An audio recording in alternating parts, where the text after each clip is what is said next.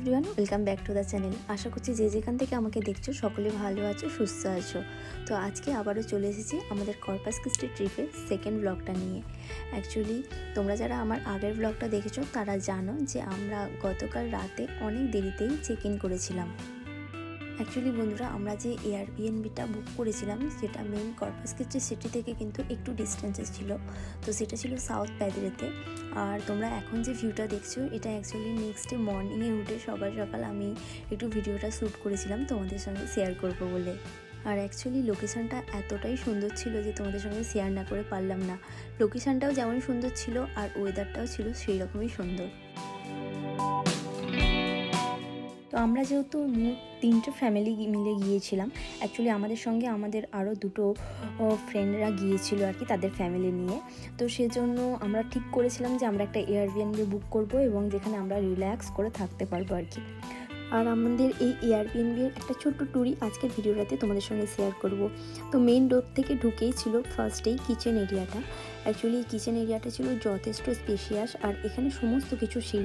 Actually main দুটো fridge, oven, micro oven, dishwasher, A to Z সমস্ত কিছুই এখানে দেওয়া ছিল। কফি মেকারও ছিল।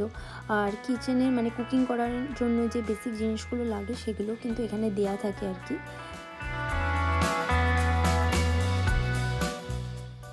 আর কিচেন এরিয়ার ঠিক পরের অংশটাই ছিল ডাইনিং এরিয়া। তো এখানে দেখতেই পাচ্ছ এখানে একটা 6 seater dining table with chair দেয়াই আছে।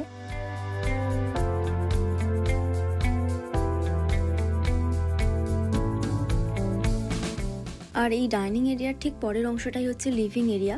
আর লিভিং এরিয়াটা তোমরা দেখো কত সুন্দর করে ডেকোরেশন করা আছে আর অ্যাকচুয়ালি অনেকটা স্পেসিয়াসও ছিল। আর এই যে অংশগুলো তোমাদেরকে দেখাচ্ছি এটা হচ্ছে অ্যাকচুয়ালি গ্রাউন্ড ফ্লোরে ছিল, মানে মেন দরজা থেকে ঢুকেই প্রথমে হচ্ছে কিচেন, তো তারপরেই হচ্ছে ডাইনিং এরিয়া এবং তারপরের অংশটা মানে এখন তোমাদেরকে যে অংশটা দেখাচ্ছি সেখানটা হচ্ছে লিভিং এরিয়া। আর দেখতেই পাচ্ছ এখানে একটা অলরেডি টিভিও রয়েছে। এই কিচেন, ডাইনিং এবং লিভিং এরিয়ার প্রতিটা ওয়ালেই কিন্তু খুব সুন্দর করে ডেকোরেশন করা ছিল। তো কিচেনের ঠিক অপোজিট সাইডেই মানে মেইন ডোর থেকে ঢুকে রাইট সাইডে ছিল ওয়াশার অ্যান্ড ড্রায়ারের সেকশন। তো দেখতেই পাচ্ছ এখানে ওয়াশার অ্যান্ড ড্রায়ার দুটোই দেওয়া আছে।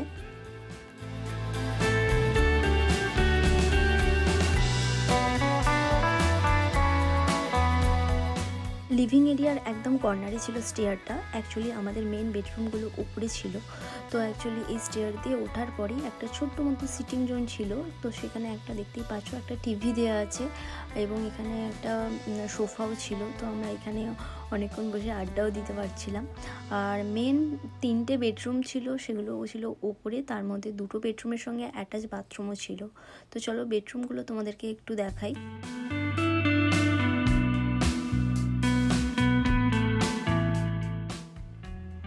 তো বন্ধুরা দেখতেই পাচ্ছ এটা হচ্ছে ফার্স্ট বেডরুমটা। দেখো কত সুন্দর করে ডেকোরেশন করা আছে। আর এই বেডরুমটার সঙ্গে অ্যাকচুয়ালি একটা ব্যালকনি ছিল, তো যেহেতু আমরা রাতে পৌঁছেছিলাম তো সেই জন্য ব্যালকনিতে আর গিয়ে ভিডিওটা শ্যুট করা হয়নি।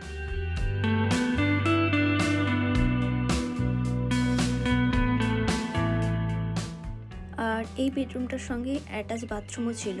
তো দেখতেই পাচ্ছ প্রতিটা বাথরুম এবং প্রতিটা বেডরুম এত সুন্দরভাবে ডেকোরেশন করা ছিল এবং এত নিট অ্যান্ড ক্লিন ছিল। তো আমাদের তো ভীষণই ভালো লেগেছিল।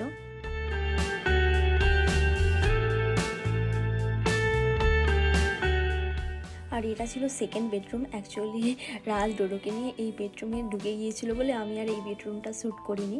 আর এই যে দেখতে পাচ্ছ এটা হচ্ছে থার্ড বেডরুমটা। তো এই বেডরুমটাও দেখতে পাচ্ছ খুব সুন্দর করে ডেকোরেশন করা আছে এবং প্রতিটা বেডরুমেই অ্যাকচুয়ালি ক্লোজেট ছিল, আয়রন করার জন্য আয়রন ছিল, মানে যেগুলো বেসিক জিনিসপত্র সেগুলো সবই এখানে এনে আমরা পেয়েছিলাম। আমাদের কোনো কিছুতেই অসুবিধা হয়নি।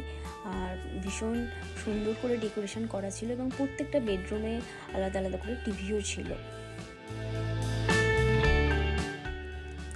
আর দেখতে পাচ্ছ এটা হচ্ছে অ্যাকচুয়ালি কমন একটা ওয়াশরুম, তো এটাও উপরেই ছিল।